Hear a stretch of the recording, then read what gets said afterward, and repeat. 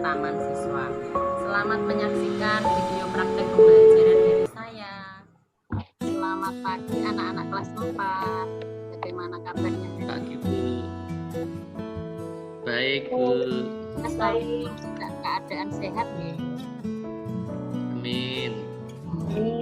Sebelum belajar, coba salah satu dari anak-anak memimpin berdoa. Mbak Dwi bisa dipimpin ya teman-temannya. Siap Bu, doa mulai. Berdoa selesai. Assalamualaikum warahmatullahi wabarakatuh. Waalaikumsalam. Waalaikumsalam warahmatullahi wabarakatuh. Kita sudah memasuki tema 4 ya, tema tentang berbagai pekerjaan. Subtema yang akan kita pelajari tentang pekerjaan orang tua. Hari ini kita akan belajar bahasa Indonesia, IPS, dan IPA. Melalui membaca cerita, siswa dapat menilai cerita dengan terperinci. Jadi nanti kita akan membaca satu cerita dongeng, kemudian anak-anak menilai. Jadi apa pesan moralnya, siapa saja tokoh-tokohnya, dan apa yang bisa kita ambil dari cerita dongeng tersebut. Kemudian yang kedua, kita akan belajar IPS. Kita akan mengetahui jenis-jenis pekerjaan yang ada di sekitar lingkungan kita. Kemudian yang IPA, kita akan mengidentifikasi kegiatan yang terkait dengan pemanfaatan sumber daya alam dengan benar. Masih ingatkah kalian cerita dongeng apa yang pernah kalian baca? Ya? Cinderella. Cinderella. Cerita kancil Bu. Cerita Timun Emas Bu. Cerita yang sudah terkenal nih. Nah sekarang kita akan belajar satu cerita, yaitu ada dongeng tupai dan ikan. Marilah kita baca cerita berikut. Coba Mbak Dwi dibaca paragraf yang pertama. Dahulu kala hiduplah sepasang sahabat di daerah Kalimantan Barat. Mereka adalah seekor tupai dan seekor ikan gabus. Setiap hari mereka melakukan kegiatan bersama, mencari makan, bermain, bahkan mengunjungi tempat-tempat baru selalu dilakukan bersama. Kemudian paragraf yang kedua bisa dibaca Mas Agus. Silakan. Ya Bu. Suatu hari tupai tidak melihat gabus sahabatnya. Ia mencarinya ke tempat biasa gabus tinggal. Gabus terlihat lesu. Ternyata ia sedang sakit. Gabus hanya menginginkan satu jenis makanan yang diyakininya dapat menyembuhkan penyakitnya. Tupai berjanji akan mencari demi sahabatnya. Tupai sangat kaget. Ia harus mencari hati ikan hiu. Ikan hiu sangat banyak. Namun tupai bertekad untuk mendapatkannya. Ia ingin sahabatnya. Tupai kemudian melubangi satu kelapa dan membiarkan airnya habis. Kemudian tupai masuk ke dalam kelapa, dimakan oleh ikan hiu. Di dalam perutnya, tupai kemudian keluar dari kelapa dan menggigit hati ikan hiu. Kemudian, ombak besar membawa ikan hiu ke tepi pantai. Saat itulah tupai keluar dari mulut ikan dan membawa hati ikan kepada sahabatnya.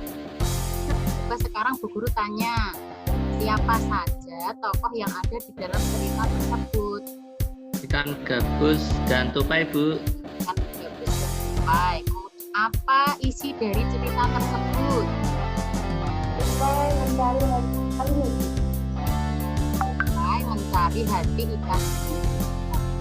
Jadilah teman yang baik ya anak-anak, biar suatu saat kita juga akan mendapatkan apa yang sudah kita lakukan kepada orang lain. Jawablah dengan tepat. Ini nanti Bu Guru kirimkan ke grup WA. Nanti anak-anak bisa mengerjakannya di buku tugas anak-anak nggih. kalau masih kurang jelas boleh ditanyakan di grup ya anak-anak. Ya Bu. Nah, coba dibaca Mas Agus. Tahukah kamu dalam bercerita pendongeng sering menggunakan wayang yang terbuat dari kayu. Wayang tersebut dibuat oleh pengrajin kayu.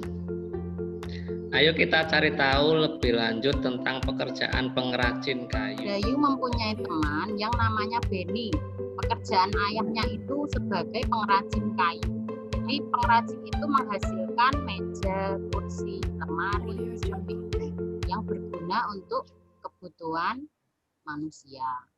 Nah, supaya lebih jelas tentang macam-macam pekerjaan, nanti saksikan video yang Bu Guru kirim di grup WA ya anak-anak. Kemudian ini nanti sambil mengamati gambar ada soal dari buku yang harus anak-anak kerjakan. Lalu nanti anak-anak boleh bekerja sama dengan orang tua itu. Perhatikan gambar yang ada di laptop anak-anak. Kita akan mengamati gambar penampakan hutan yang berada di Kalimantan. Terlihat ini gambarnya dari tahun ke tahun itu bagaimana kalau anak-anak lihat? Makin banyak putihnya Bu. Nah, ini menunjukkan kalau masih hijau itu pohonnya masih rimbun ya, masih lebat. Itu ada di tahun 1950. Yang terakhir ada di tahun 2020. Kenapa kok bisa hutannya itu semakin putih ya warnanya? Karena banyak yang menebang, Bu. Ya, karena dari tahun ke tahun dilakukan penebangan hutan ya. Penebangannya secara besar-besaran, maka dari itu hutan Kalimantan menjadi seperti ini. Nanti anak-anak coba, bagaimana menurutmu perkembangan pohon yang ada di hutan Kalimantan dari tahun ke tahun? Diskusikan hasilnya dengan teman kamu. Nanti di grup WA anak-anak bisa berdiskusi. Misalnya, kemudian setelah berdiskusi bisa anak-anak kirim ke Google Classroom ya anak-anak. Ya Bu. Dari tahun ke tahun. Bagaimana cara yang tepat agar hutan tersebut tidak menjadi gundul? Coba. Ditanami kembali Bu, hutannya Bu yang gundul. Kan reboisasi, jadi tidak terus-menerus hutannya itu ditebangi ya, harus ditanami, namanya reboisasi. Coba kita simpulkan hari ini kita belajar apa saja ya anak-anak? Belajar tentang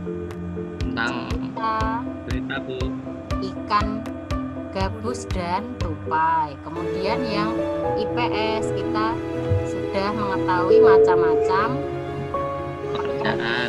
Dan yang terakhir kita membandingkan hutan Kalimantan ya. Nanti kita mengetahui bagaimana caranya agar hutan tersebut tidak menjadi gundul. Oke, kita pulang tepuk bersama-sama. Tepuk baja hitam. Hitam. Warna-warna. Tumpak uduk. Pak Uduk, Baja hitam. baca kita.